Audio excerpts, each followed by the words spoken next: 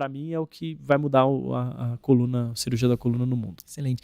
E falando em risco, hoje, quando a gente está falando do idoso, que você falou de toda essa fragilidade, e a gente vai fazer um planejamento cirúrgico, você prepara ele antes de ir para a cirurgia? E qual que é essa sequência de planejamento? Tem que preparar, né? Esses casos são difíceis e a doença crônica, né? E problema na coluna é uma doença crônica, né? Porque limita o paciente durante anos e essa limitação vai gerar impactos que não são só na coluna, né? Então, você tirar um paciente, a habilidade desse paciente caminhar, né, daqui no supermercado, vai gerar um enfraquecimento muscular, que é uma sarcopenia, né? Uma troca desse tecido muscular por gordura, vai gerar um aumento do peso, vai gerar um desequilíbrio da diabetes, da hipertensão, do colesterol, vai gerar uma fragilidade óssea, então esse paciente tem um osso osteoporótico, osteopênico, vai gerar articulações mais rígidas, contraturas musculares, e tudo isso tem que ser levado em consideração no nosso plano cirúrgico. Mas mais do que isso, quando a gente tira do indivíduo a capacidade de socialização, a gente tira dele a alegria, e a gente coloca ele dentro de um cenário psicológico também muito sério. Então, às vezes, abordar os aspectos emocionais desse indivíduo para conseguir otimizar o pré-operatório é muito importante. Então, hoje o que eu tento fazer é uma combinação de todas essas coisas, né? Eu trabalho muito em conjunto com equipes, por exemplo, fisioterapia, que eu acho essencial, e aí terapia física em geral, não só físio, mas educador físico, mais hidro, pilates, RPG, Rolfing, né? Todas as técnicas aí de manipulação fáscia e muscular e ativação física. Eu trabalho com algumas equipes da parte nutricional, então a gente faz avaliação nutricional em alguns indivíduos, uma avaliação clínica completa para entender os riscos inerentes à idade dele e à condição física dele. E dentro do meu grupo hoje eu tenho uma psicóloga, que você, né, teve a oportunidade de conhecer, que faz a avaliação psicológica desse indivíduo para entender isso, né?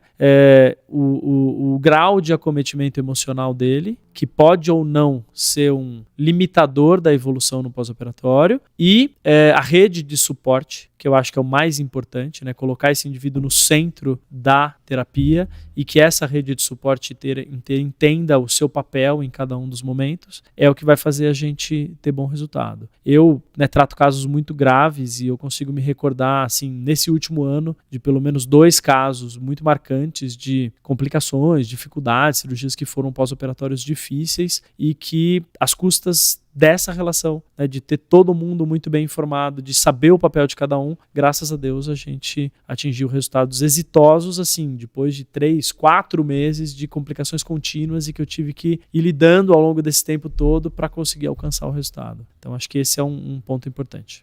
O idoso, a gente não pode tirar a autonomia dele. Exato. O idoso, ele perder a autonomia, ele perde o sentido de viver. Então, quando a gente fala em qualidade de vida, e falando especificamente do idoso, é isso que a gente tem que buscar, não tirar a autonomia dele. Então, a discussão multidisciplinar é importantíssimo mesmo. Parabéns por ensinar isso e perpetuar isso no nosso meio. E esse olhar humano é essencial. A gente não trata a dor, né? A gente não trata a dor. Eu falo que, puxa, cirurgia da coluna tem 2 grandes pontos, né? Ou a gente trata deformidades, ou a gente trata a dor. Mas, na verdade, não é dor, né? A gente trata o paciente inteiro, né? Ele vem junto, né?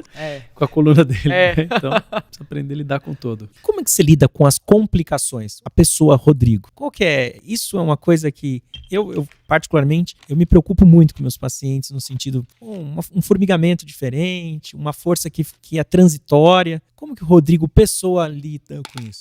Como médico ou como ser humano, né? Ser humano, né? Como médico, a gente lida primeiro com essa rede toda, né? A gente informa o paciente, a gente prepara o paciente, ninguém aqui é Deus, a gente é falível. E a gente, apesar de estar empregando tudo que a gente julga ser melhor e que a gente quer o bom resultado, nem sempre depende da gente, né? Às vezes são fatores que estão relacionados ao paciente. Né? E complicação, quando a gente fala complicação, inerente ao tratamento. Exatamente. Ninguém está aqui falando de negligência, de imperícia ou imprudência. A gente está falando de complicações inerentes à própria cirurgia. Agora, eu sou um perfeccionista meio nato, né? Eu sou um cara que eu sofro muito com não conseguir tratar alguém, né? Então a gente tem que aprender isso ao longo da nossa vida, né? Eu fico sem dormir, eu sofro, eu choro junto às vezes, vários pacientes.